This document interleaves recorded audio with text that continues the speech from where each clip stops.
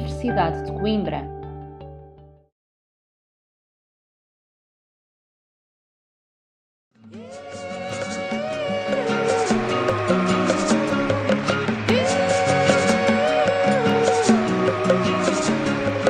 Das eleições acabadas, do resultado previsto, saiu o que tendes visto, muitas obras embargadas, mas não por vontade própria, porque a luta continua, pois é dele a sua história e o povo saiu à rua. Mandadores de alta finança fazem tudo andar para trás, dizem que o mundo só anda tendo à frente um capataz.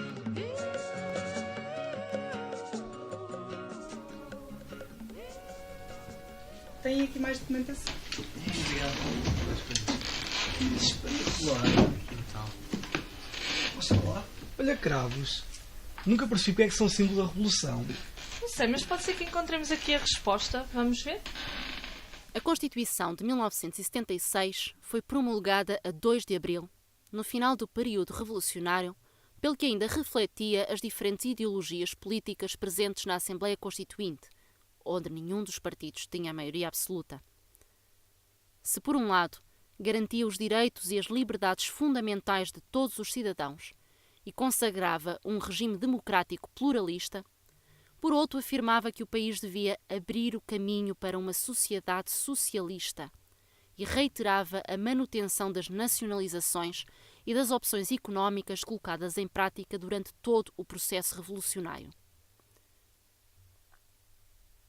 O Pacto MFA-Partidos tinha condicionado a redação do texto constitucional que ainda previa, entre os órgãos de soberania, o Conselho da Revolução, que continuava a funcionar em estreita colaboração com o Presidente da República. Nas primeiras eleições legislativas, a 25 de abril de 1976, o PS ganhou e Mário Soares encabeçou o primeiro governo constitucional. Pouco tempo depois, a 27 de junho, Ramalho Eanes venceu à primeira volta as eleições para a Presidência da República. Estas eleições contemplaram também uma novidade, a existência das regiões autónomas da Madeira e dos Açores, que, com o Estatuto de Autonomia conferido pela nova Constituição, elegeram as suas assembleias e governos regionais com um orçamento específico e poderes político-administrativos e legislativos próprios.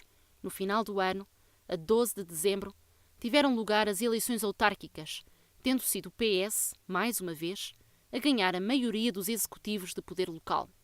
Os resultados legislativos mostram que, similar ao que foi durante o período revolucionário, o país continuava dividido. A norte, uma maioria claramente de direita, e a sul, de esquerda. Depois de passarem os 4 anos definidos como período de transição, a Assembleia da República começou a preparar a primeira revisão constitucional, resultado também da estabilização da política portuguesa, permitindo então atenuar a carga revolucionária que a Constituição de 1976 apresentava. Entre as principais alterações, encontramos a redução do poder do Presidente da República, que passou a ser coadjuvado pelo Conselho de Estado, de consulta obrigatória em todas as decisões importantes e sem possibilidade de desempenhar mais do que 2 mandatos consecutivos. Os militares foram afastados da política nacional, com a extinção do Conselho da Revolução, cujas funções foram repartidas pelo Tribunal Constitucional, recém-criado, pelo Conselho de Estado, pelo Governo e pela Assembleia da República. O poder passou então a dividir-se entre o Presidente da República, a Assembleia da República, o Governo e os tribunais. As regiões autónomas são governadas por uma Assembleia Legislativa Regional, um Governo Regional e um Ministro da República, que é designado pelo Chefe de Estado. Finalmente, o poder local estruturou-se em municípios e freguesias, tendo cada um o seu órgão legislativo, a Assembleia Municipal, e executivo, a Câmara Municipal e a Junta de Freguesia.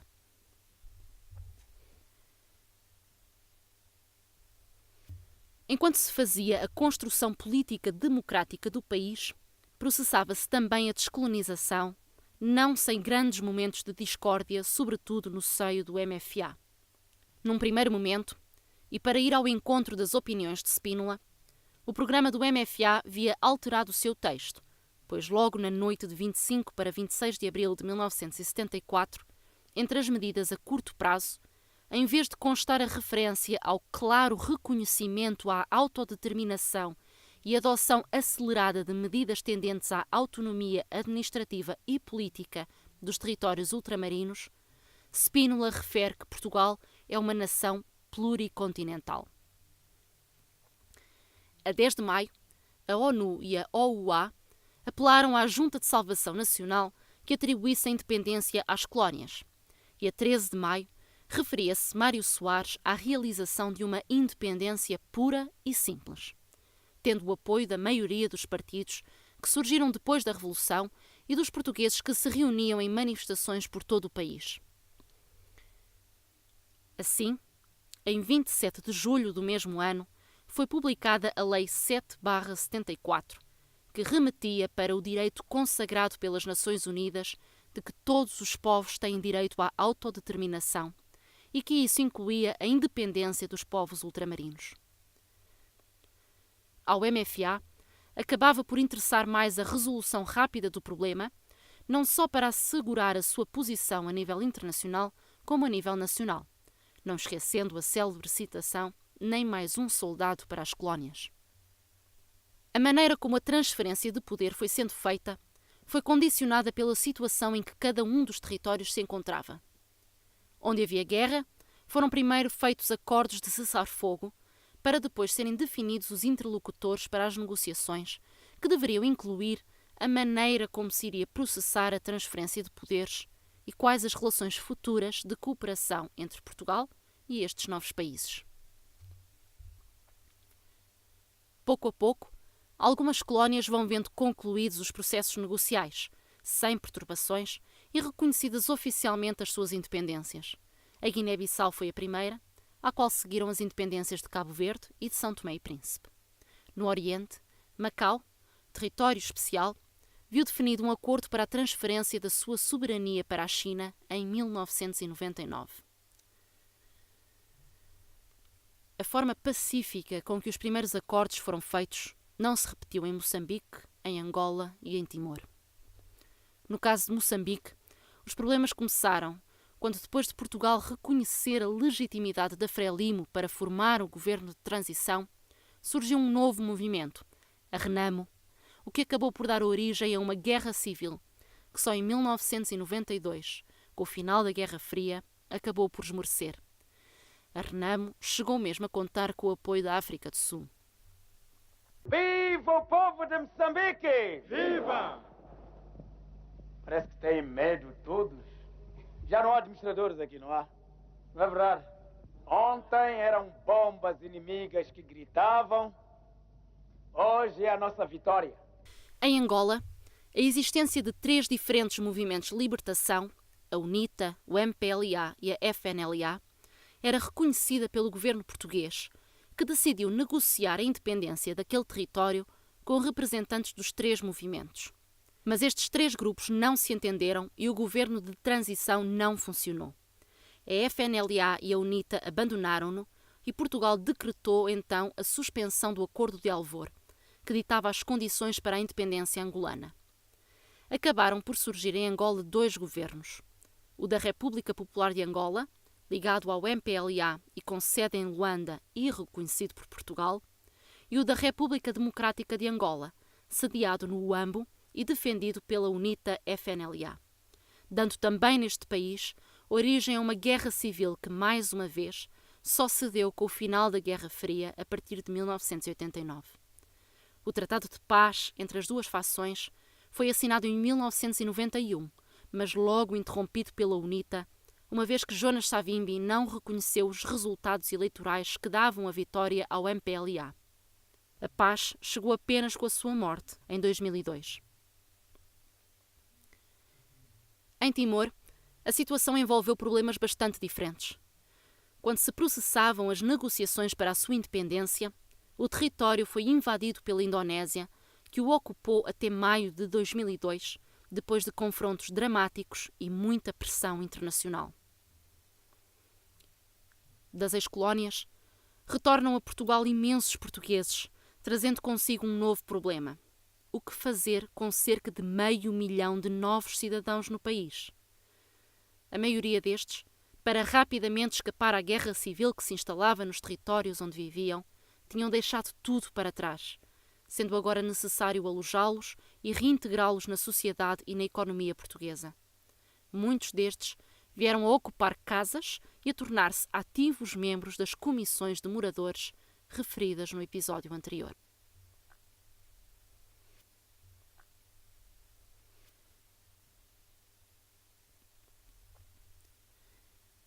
Depois da Revolução, foram tomadas diversas medidas que iam no sentido do alargamento da intervenção do Estado na economia e nas finanças para acabar com os grandes grupos económicos e conseguir que o Estado passasse a controlar setores-chave da economia e também pudesse reforçar os direitos dos trabalhadores.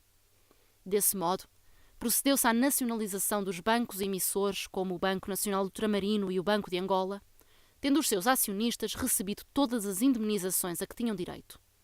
No que dizia ainda respeito às instituições de crédito, o governo decretou que passava a ter autoridade para as fiscalizar e superintender a todas. Em novembro de 1974, o Estado passou a ter o direito de intervir nas empresas cujo funcionamento não contribuísse, conforme o Decreto-Lei 660/74, normalmente para o desenvolvimento económico do país, permitindo que os corpos gerentes de várias empresas fossem substituídos por comissões administrativas nomeadas pelo governo. Depois do golpe de 11 de março de 1975, que trouxe uma radicalização do processo revolucionário, aprovou-se a nacionalização de todas as instituições financeiras. A nacionalização sem a participação dos trabalhadores nos objetivos a atingir, a sociedade socialista, ela não passará de uma simples mudança de capital. Viva a unidade da classe trabalhadora! E no mês seguinte, a nacionalização das grandes empresas ligadas aos setores económicos de base. Sobretudo no Alentejo, começaram, a partir de janeiro de 1975, as ocupações de terras pelos trabalhadores e a reforma agrária tornou-se legal através de decretos publicados entre abril e junho desse ano. O governo ordenou a expropriação de inúmeras grandes herdades, permitindo a criação das unidades coletivas de produção. Cheguei a trabalhar 15 a 6 horas por dia, entre dia e noite, e a ganhar 15 a 16 mil-réis no tempo da escravidão. E por isso me trouxeram este local que fui obrigado, eu, mais os meus colegas, a ocupar esta herdade, que estava desprezada completamente. O teu trabalho, o meu trabalho, todo este trabalho, é para que tu não fiques sem roupa, é para que tu fiques com mais roupa que a que tens. É para que tu realmente fiques com tudo. Todavia, lembra-te, para não haver problemas, e é uma das coisas já a discutir, é que esta ferramenta que tu dizes que é tua hoje, passa a pertencer da cooperativa. E só assim isto vai para a frente. Porque, nota, se tu desses 40 ou desses 50 escudos por ela, a cooperativa dá-te o dinheiro por ela. E quando cá chegares, ela é a tua ferramenta. Por conseguinte, respeita-la e tens que a tratar como deve ser. Em geral, o solo expropriado pertencia ao Estado, mas cada UCP tinha as suas alfaias agrícolas e autogestão através de comissões eleitas pelos trabalhadores. Famosa torna-se, nessa altura, a expressão "a terra a quem a trabalha". Enquanto as nacionalizações terminaram ainda em 1975, a reforma agrária continuou durante todo o ano de 1976, sobretudo contando com o apoio do PCP, que era, sem dúvida, o partido da reforma agrária. Foram ainda decididas pelos vários governos novas leis laborais que dificultavam os despedimentos, instituíam o salário mínimo nacional e o aumento das pensões sociais e de reforma.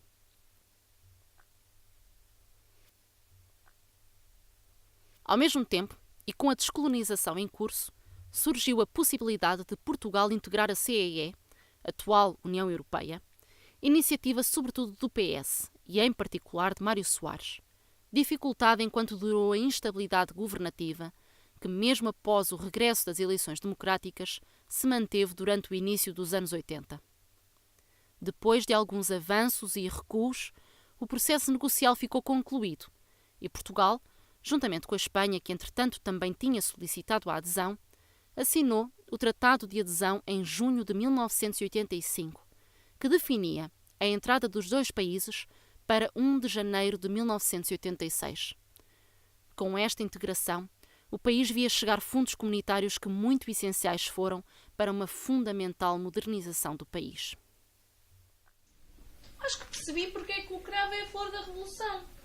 Olhem, esta senhora, vão ver, ela trabalhava num café que comemorava o seu aniversário e o gerente tinha comprado flores para as clientes. Com a revolução, resolveram fechar o café e levar as flores para casa. Ela passou junto aos soldados no Rocio e resolveu oferecer os seus cravos vermelhos e brancos que um deles colocou no cano da espingarda. Ao final do dia, quando ela viu que os cravos estavam espalhados pelas espingardas e nas mãos das pessoas, percebeu que tinha desencadeado uma coisa importante. É por isso que o cravo é o símbolo da revolução.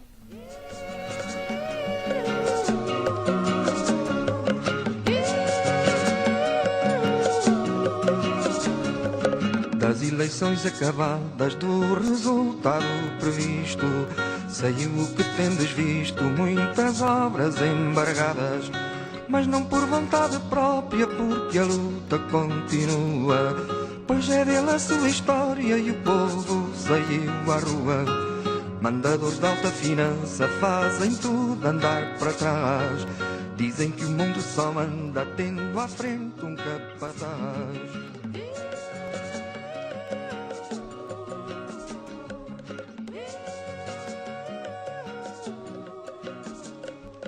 Eram mulheres e crianças, cada um com seu tijolo. Isto aqui era uma orquestra, quem diz o contrário é tolo. E toca de papelada no vai-vem dos ministérios, mas hão de fugir aos berros, ainda a banda vai na estrada.